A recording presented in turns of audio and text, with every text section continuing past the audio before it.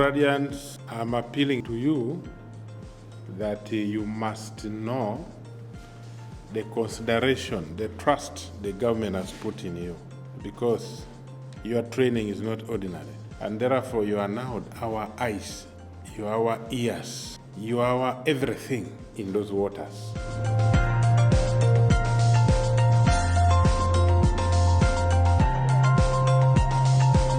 waxaan ugu mahadcelinayaa macallimiintii